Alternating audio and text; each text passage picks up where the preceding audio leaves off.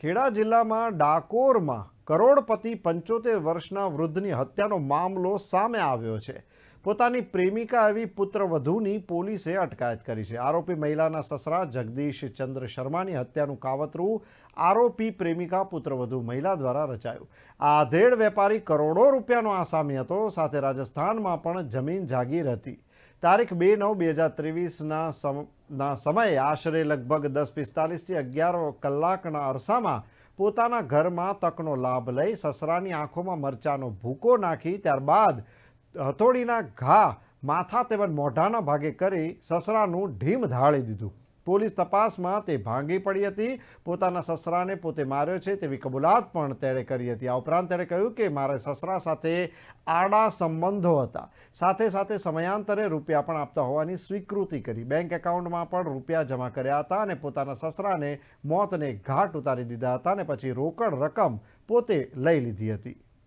Dakor police station ખાતે IPC કલમ 302 અને જીપી એક્ટ 135 મુજબનો એક ગુનો દાખલ થયેલો છે।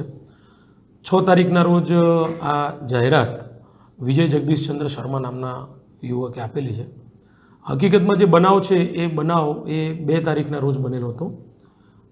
ડાકોરમાં રહેતા ભગતજીની ચાલીમાં રહેતા જગદીશ જમનાલાલ શર્મા કે જેમની ઉંમર લગભગ 75 વર્ષ છે, તેઓની લાશ જે છે એ ભગતજીની ચાલીમાં 5મી તારીખના રોજ એમના પોતાના રૂમમાંથી મળી આવેલી બિલકુલ ડિકમ્પોઝ અવસ્થામાં એની લાશ હતી, જેથી કરીને પોલીસને આ બાબતે અકસ્માત મોતનો ગુનો દાખલ કરેલો। જે અકસ્માત મોતની તપાસ દરમિયાન આ ડિકમ્પોઝ લાશનું ફોરેન્સિક પોસ્ટમોર્ટમ કરાવેલું। જે ફોરેન્સિક પોસ્ટમોર્ટમ દરમિયાન જાણવા મળેલું કે તે મરણ જનાર જે છે તેના માથાના ભાગે તેમજ શરીરના ગુપ્ત ભાગે અન્ય જગ્યાએ બોથડ પદાર્થ મારીને તેનું મૃત્યુ નિપજાવવામાં આવેલું છે। જેથી પોલીસે આ સંદર્ભે થોડી તપાસ તહકીકાત હાથ ધરતા આ જે બનાવ જે છે એ સમગ્ર બનાવ હત્યાનો જણાઈ આવતા તેના પુત્ર વિજય જગદીશભાઈની ફરિયાદ લઈ અને ગુનો નોંધી આગળની કાર્યવાહી કરેલી, જેમાં વિજયભાઈએ આ કામે તેમના નાના ભાઈ છે એ અજયની પત્ની મનીષાબેન ઉપર શંકા જાહેર કરેલી અને એ શંકાના આધારે પોલીસે સમગ્ર તપાસ હાથ ધરી અને તપાસમાં મનીષાબેને આ ગુનોની કબૂલાત કરતા તેની ધરપકડ પણ કરવામાં આવેલી છે। હત્યા પાછળનું કારણ શું હતું?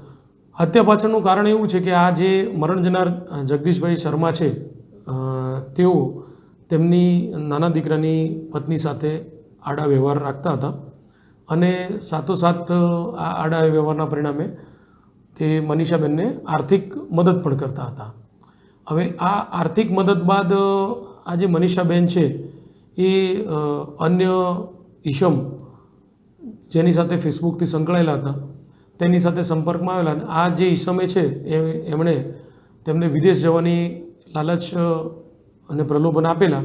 એ પ્રલોભનના કારણે તેમને વિદેશ જવાની લાલચમાં પૈસા જે ભરવાના થતા હતા એ પૈસા ભરવા માટે આર્થિક જે મદદની જરૂર હતી તે બાબતે તેમના સસરા જગદીશભાઈ પાસેથી પૈસાની માગણી કરેલી। જે માગણી નહીં સંતોષાતા તેઓએ આ હત્યાને અંજામ આપેલો હતો।